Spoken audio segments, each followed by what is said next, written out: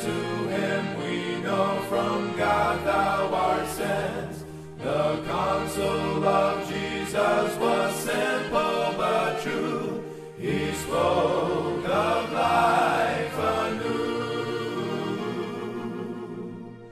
He must be born again. He must be born again. All he who would enter the kingdom of God, he must be born again.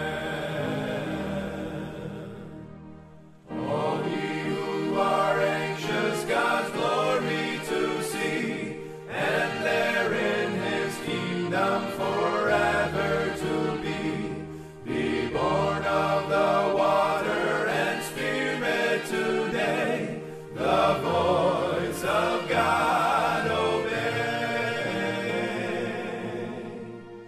He must be born again. He must be born again.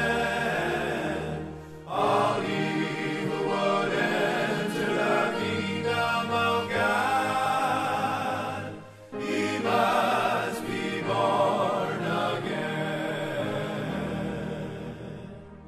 The one who believeth on Jesus the Lord, in heaven one day shall receive a reward. From all condemnation forever he's free. The face of God he'll see. He must be born again. He must be born again.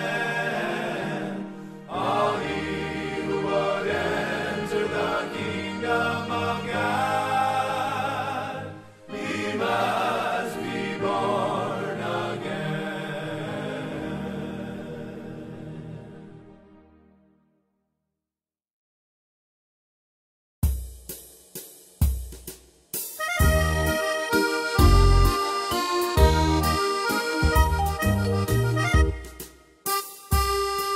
O homem que busca a Cristo Senhor, querendo a vida eterna encontrar, o santo conselho do bom Redentor não deve rejeitar.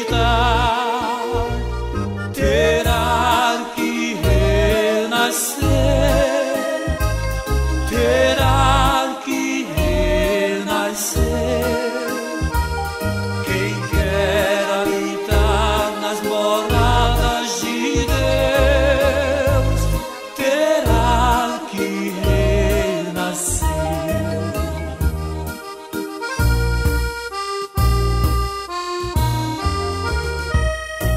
Da água e do Espírito quem não nascer, jamais poderá ver o reino dos céus, e nem entrará nele para viver, jamais verá Deus. Terá que renascer, terá que renascer.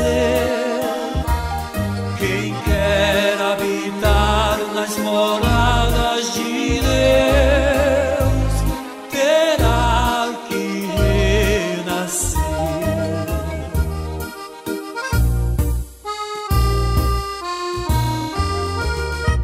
Só Cristo unigênito, Filho de Deus, liberta o homem da condenação, a fim de levá-lo ao reino dos céus e dar-lhe galardão.